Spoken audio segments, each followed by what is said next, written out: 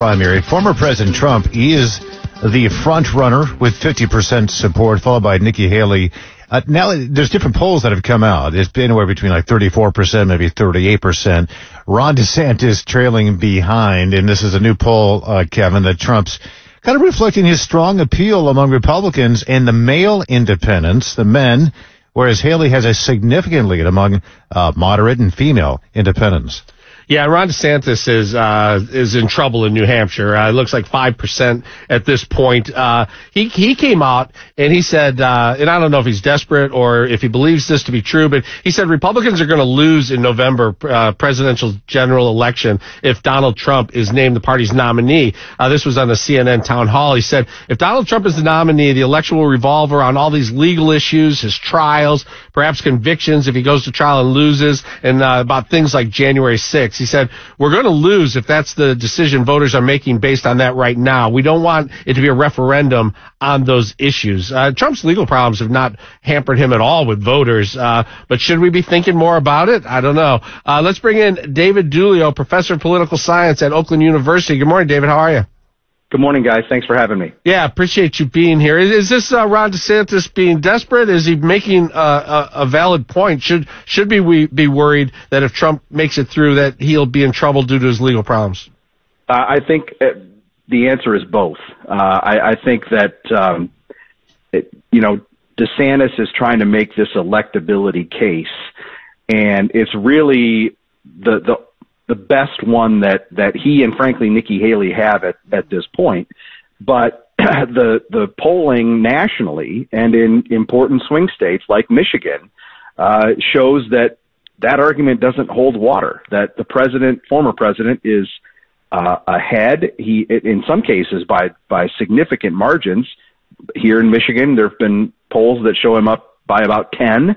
But at the same time, I think DeSantis has a point that the Democrats are going to make the general election, should it be Trump and Biden, about things like January 6th and the other indictments and maybe by that point convictions that are going to plague former President Trump.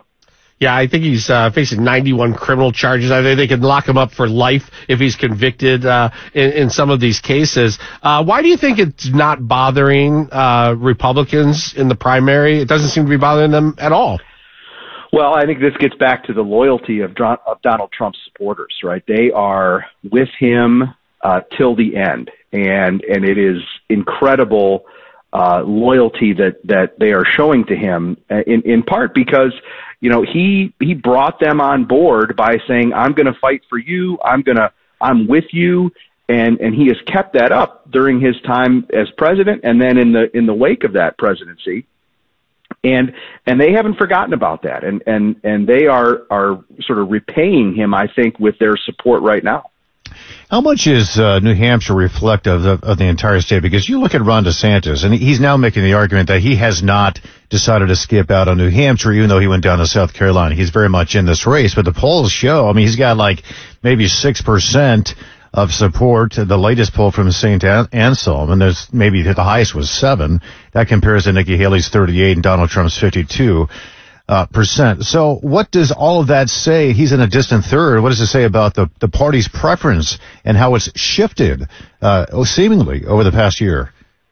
Well, I think that we have to keep in mind that these early nominating contests, and we can go back to the Iowa caucuses and the New Hampshire primary here coming up next week, they are not terribly representative of the nation as a whole. And in part that's because of the sort of demographics that are in each of those states, but it's also because it's a primary electorate. And if we go back to Iowa, right, the turnout in Iowa is always pretty low, but it was incredibly low this time around, where about 130,000 people caucused on caucus night, and that's such a small slice of the electorate.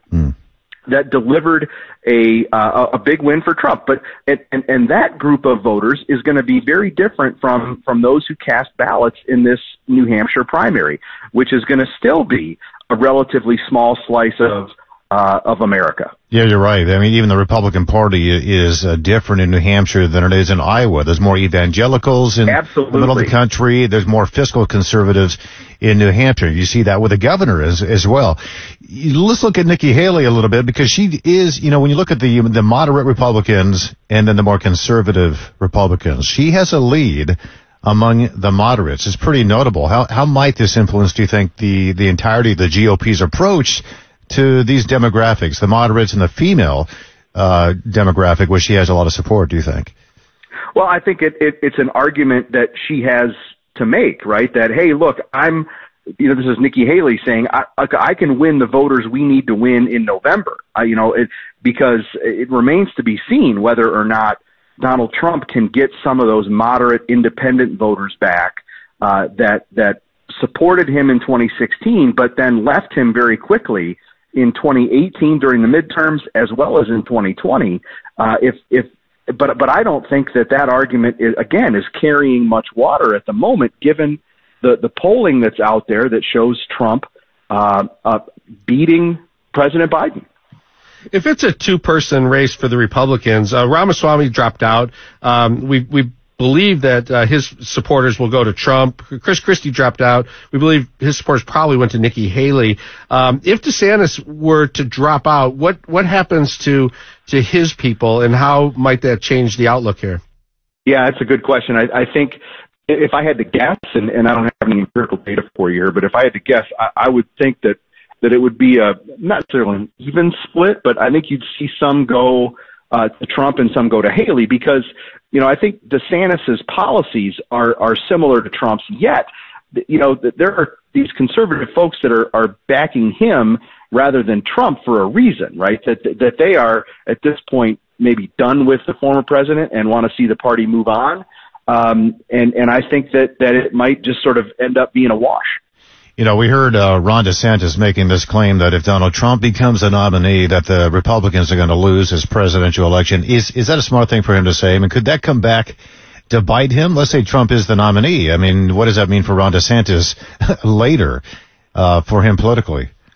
Well, yeah, and I think at this point, look, the DeSantis has sort of made his bed, and he, by even challenging Donald Trump, right? I mean, that's not gonna curry any favor with the former president, down the road. But at the same time, it's not like a failed presidential bid is something that sinks a politician forever, right? Sure, We've seen people make comebacks, and who knows about 2028.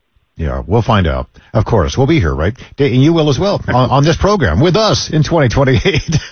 David Dulio, professor of political science at Oakland University. Good to talk to you, Dave. Thanks so much. Good talking to you. Thanks for having me. All right, appreciate it very much. All right, we're going to take a quick break. We will check in with Fox News for a quick update on the headlines for the day. And Kevin Dietz and myself, Tom Jordan, back after that. This is 760 W.